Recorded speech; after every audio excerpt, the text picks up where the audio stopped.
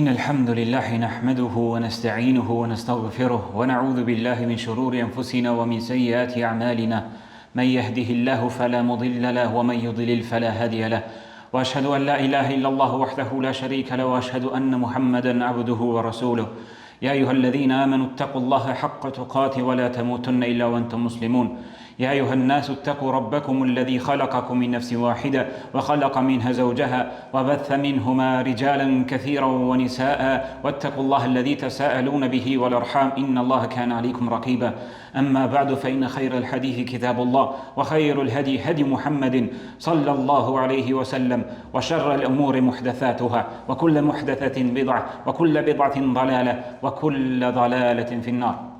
Allah në falenderojmë dhe vetëm prej Tij ndihmë dhe falje kërkojmë. Kërkojmë mbrojtjen e Allahut dhe strehim tek Ai kundrejt ligësive të gjunaheve tona dhe kundrejt shpirtit tonë të pryer për të keqe.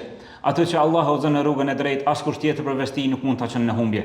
Ndërsa atë që lën në humbje dhe devijim, askush tjetër përveç Tij nuk mund ta ozon në rrugën e drejtë. Dëshmojmë dhe deklarojmë që nuk meriton të adhurohet askush tjetër me të drejtë përveç Allahut, të vetmit të paortak, dhe se Muhamedi është rob dhe i dëruar i Tij.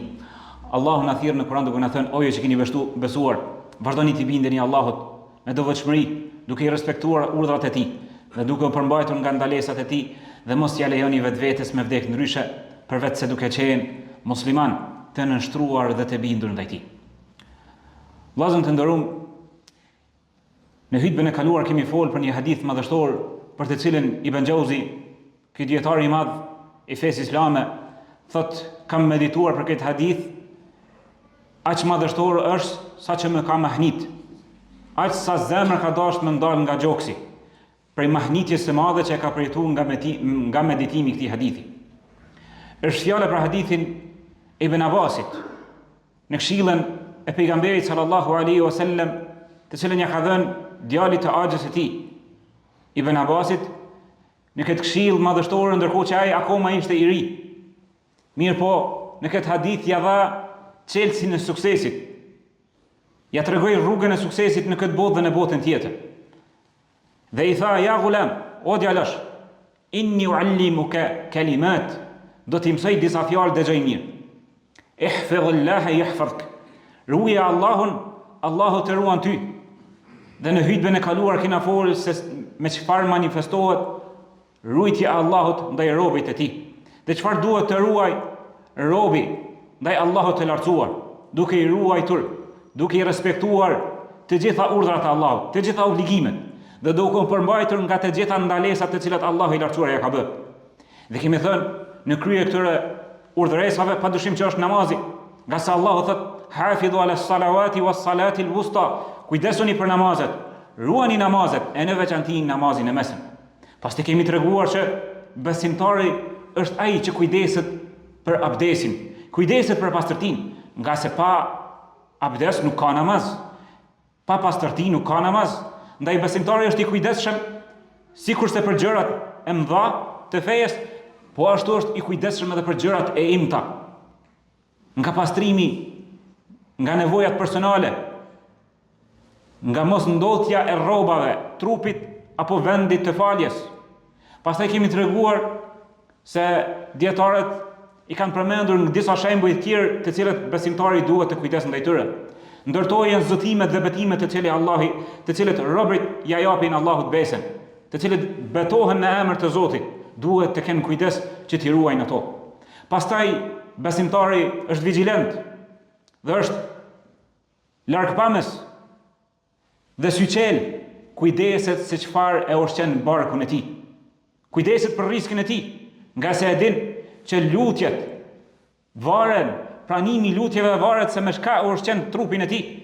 Pastaj kujdeset për zemrën e tij, që të mos zëjnë vend sëmundjet e zemrës, sikurse vetpëlqimi, syfaqësia, hasedi, mendjemësia e të tjera. Pastaj kemi përmendur gjithashtu që besimtari është vigjilent dhe i ruan sytë e tij, e ruan shikimin e tij.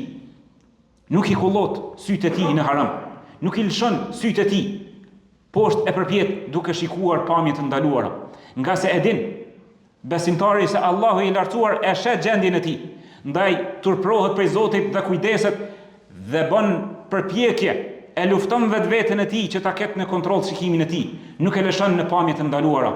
Kujdeset besimtari edhe për dëgjimin, nuk dëgjon haram, nuk dëgjon gibet, nuk dëgjon përgojim dhe shpifje dhe ofendime, e larg që kujdeset po ashtu nga të folurit, e shëmtuar, nga ofenduarit me fjalë të pista. Kujdeset nga se e din që do të jep llogari për të voglën dhe të madhen. Allah i lartësuar na ka treguar në Kur'an: "Faman ya'mal mithqala dharratin khayran yara, wa man ya'mal mithqala dharratin sharran yara." Kush bën vepra të mira, qofshin ato sa thërmiat më të vogla, do t'i gjen. Po edhe ashtu, kush bën vepra të këqija, qofshin ato sa thërmiat, do t'i gjen. Mirë po, a dini ku është ai paradoksi? Ajo befasia më e madhe. Pejgamberi jon sallallahu alaihi wasallam na ka treguar që kur besimtari e bën një vepër të mirë, i shpërblehet 10 fish. E ka pe veprave varësisht pe sinqeritetit, varësisht pe cilësisë së tyre. Devotshmërisë gjatë kryerjes së tyre shpërblehen deri në 700 fish, madje deri në pakufi. Ndërkohë që veprat e këqija, nëse ne e bëjmë një vepër të keqe, na shënohet sikur një e keqe. Madje nëse ti synon mi bën një të keqe, e bën një mi bën një të keqe, por nuk e bën të shënohet një vepër e mirë. E megjithatë, turpi dhe humbja dhe falimentimi më i madh është kur këto barazime, kur këto përparësi janë ndaj veprave të mira, me na mujt veprat e këqija ndaj veprave të mira, a lutim Allahun të na i shumë fishoj veprat e mira dhe të na pa i kësoj veprat e këqija. Dhe vazhdon këshilla pejgamberit sallallahu alaihi wasallam ndaj Ibn Abbasit duke i thënë: "Ihfazillaha tajidhu tujahak." Ruaje Allahun, do ta gjesh pranë, do ta gjesh pranë teje, do ta gjesh para teje. Si ta ruaj Allahun? Ruaj kufit e Allahut. Ruaj të gjitha urdhrat e Allahut. Respektoj ndalesat e Allahut, se Allahun do ta gjesh pranë teje. Si do ta gjesh pranë teje?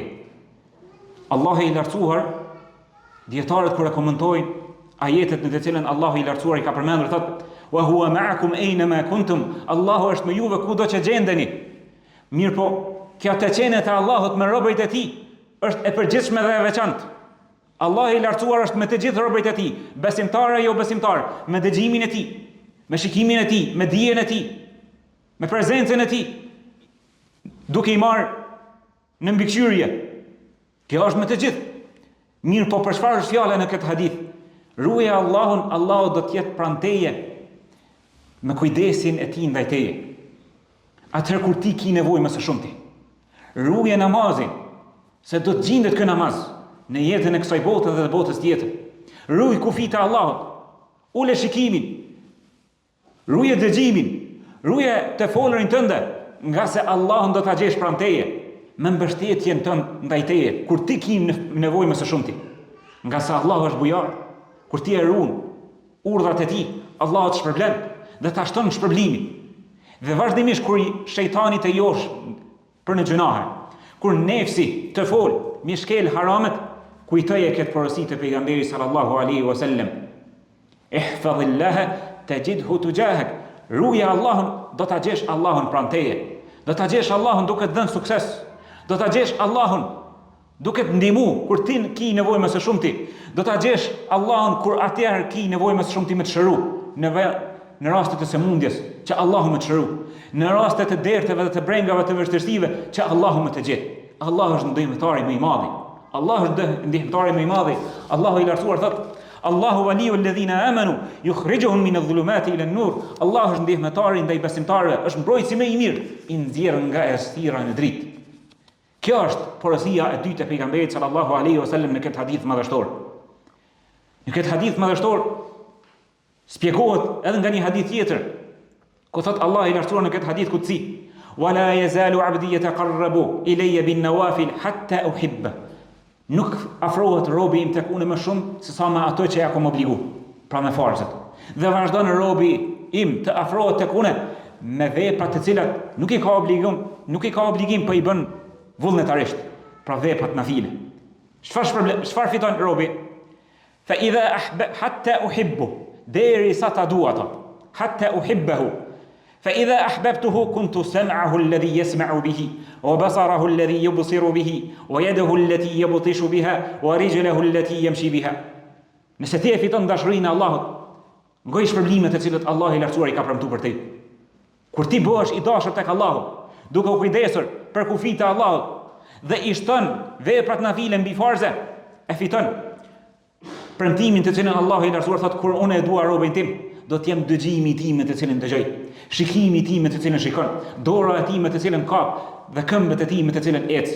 Pra Allahu i lartësuar ja ruan gjymtyrët, e kur Allahu t'i ruan ty gjymtyrët, nuk t'i lën këto gjymtyrë me shku në zjarrin e xhenemit, po t'i ruan që mi t'i shpërbly në xhenet. Kur Allahu ty të don të ruan nga zjarri i xhenemit dhe të dërgon në xhenet. Dhe vazhdon hadithi madhështor. Dhe kjo është ajo porosia më e madhe që më ka mahnit kur thot Allahu i lartësuar përmes pejgamberit sallallahu alaihi wasallam thot në këtë shillë që ja dhët Ibn Abbasit: "Ta'rif ila Allahi fi ar-raha, ya'rifka fi ash-shiddah." Njihe Allahun në rahati, të njihe Allahu kur ti je në vështirësi. E lehtë është mu kthy tek Zoti kur je i smut. Të gjithë e bëjnë to, të gjithë e dinë. Kur je në sprova, madje edhe ateistët kur janë në aeroplan dhe ka turbulenca, thirrin o Zot. E njohin Zotin kur janë në vështirësi, kur janë në anije, kur janë duke u fundos. Këta ka përshkruar Allahu i lartësuar në Kur'an. Mirë po, ajo çfarë kërkohet nga ne, dhe ajo bujaria që kërkohet nga ne, dhe mirësjellja me Allahun dhe edukata jonë me Allahun është ta njohim Allahun kur jemi në rahati, kur je i shëndosh, kur je me pasuri, kur je i sigurt në veten tënde, në shtëpinë tënde, në vendin tënd, në familjen tënde. Atëherë mi njoft Allahun, që Allahu me ta kthy këtë mirë. Sa Allahu është shekur, është vlerësuesi më i mirë, është mirënjohësi më i madh. Kur ti e bën këtë mirë, Allahun nuk ta harron. Kur ti i ruan kufijtë e Allahut duke qenë në mirëqenie, Allahu ta kthen. Të njeh kur ti ke nevojë më së shumti. Të njeh kur ti je në dhomën e emergjencës, në spital, në borxhe, në sëmundje, në rastet e luftës, e kështu me radhë, të njeh Allahu atëherë. Mirë, a nuk njeh Allahu edhe tani edhe kur jemi në vështirësi edhe kur jemi në rahati? Po. Mirë po edhe njohja e Allahut ndaj nesh është dy lloje. Sikur se të qenet e Allahut me krijesat e tij është dy lloje, e përgjithshme edhe veçantë. Nga sa Allahut nuk i fshihet asgjë as në tokë as në qiell. Mirë po, njohja ndaj neve, çfarë po kërkojmë është ta na njeh Allahu duke na e dëgjuar zërin ton, ta na njeh Allahu duke na pranuar lutjet tona, duke na ndihmu, duke na bërë zgjidhje. Për këto kemi nevojë më së shumti. E këto e fiton duke e njoftë Allahun duke qenë në mirëqenie. Tash je i shëndosh. Apo të pengon dikush nga agjërimi nafile? Jo. Mundesh me agjëru. Agjëron një ditë që më të gjend nesër në jetën e kësaj bote, në varr apo në ditën e gjykimit. Jepi një sadak kur tani kimë bollëk, që më të gjet Allahu. Nga se me Allahun e lartësuar nuk mundesh më shtyp, nuk mundesh me garu, nga se Allahu është me bujari. Nëse ti jep, Allahu ta kthen dhe të fish e në pakufi. Nëse ti i bindesh Allahut dhe i respekton urdhrat e tij, Allahun do ta gjesh në ndihmë. E Allahu është gani, është më i pastër, nuk ka nevojë për neve. Ne kemi nevojë më së shumti për Allah. Ne kemi nevojë që Allahu më na ndihmoj. Yunusi alayhi salam u fundos në deti, madje në barkun e balenës. Allahu i lartësuar e përshkruan: "Falawla annahu kana min al-musabbihin la labitha fi batnihi ila yawmi yub'athun." Si kur mos ishte Yunusi alayhi salam pe atyre të cilët e përmendin Allahun me dhikr, e lartësojnë emrin e tij, do të vazhdonte me qenë në barkun e balenës derisa të ringjallej. Do të diste në fund të detit. Mirë, por çfarë ndodhi? Allahu i lartësuar e nxorri nga errësirë pas errësire, në errësirën e natës, në errësirën e oqeanit, në errësirën e barkut të balenës dhe e nxjerri në dritë. Pse? E njohti Allahun, e kujtoi Allahun kur ishte në rahati. E përmendte Allahun, e adhuronte Allahun dhe Allahu ju përgjigj kur kanë vështirësi. Shembulli tjetër, Firauni që e luftoi pejgamberët, i myti besimtarët e Banu Israilëve. Nuk e njofti Allah, e mohoi Allah. Dhe kur erdhi puna mu fundos në deti, tha ament, tash besova në Zotin e Musës dhe të Harunit. Në Zotin e Musës dhe të Harunit. Atë çfarë i tha Allahu? Al-ana wa qad asayta qablu wa kunta min al-mufsidin. Atash po beson, ndërkohë që ishte pej keqbërësve të mbaj, pej zullumçarëve, nuk pranohet tash besimi. Kur t'i vjen shpirti të fyti, Nuk ka mu atëherë. Selman el-Farisiu, ky sahabi, thot një porosi të cilën na jep në lidhje me duan. Kur thot, kur robi e lut Allahun, duke qenë në mirëqenie, në shëndet, në pasuri, në rahati, kur është komod, zëri i tij rrin në qiell dhe me lajket thojnë, zë i ngjofshëm, pi njohim na këtë zë, që na lut mes ezanit dhe ikametit, i zgjat lutjet në sejdë, nuk falet për ngut, qohet në pjesën e tretë të natës, e lut Allahun, apo është zë i ngjofshëm. E kur ky rob është në vështirësi dhe e lut Allahun përsëri, o Allah, bënëm çare, bënëm zgjidhje, pranojmë lutjet, me lajket thojnë, po na kujtohet ky zë, na ka lut në mirëqenie, për dallim pe ai zëri që e lut Allahun veç kur është në vështirësi. E lusim Allahun e madhruar me emrat e tij të bukur dhe cilësitë e tij të larta, të na ripërtri imanin ton, të na mundsoj që ta shijojmë ëmbëlsinë e tij dhe të na udhëzojë dhe të na jap sukses dhe të na ndihmoj që ta njohim Allahun në çdo gjendje që jemi, në vështirësi, por para vështirësisë ta lusim Allahun të na mundsoj ta njohim Allahun dhe ta kujtojmë duke i ruajtur kufijtë e tij në rahati dhe në mirëqenie. Aqulu qawli hadha wastaghfirullaha li wa lakum fastaghfiru innahu al-ghafurur rahim. Astaghfirullah.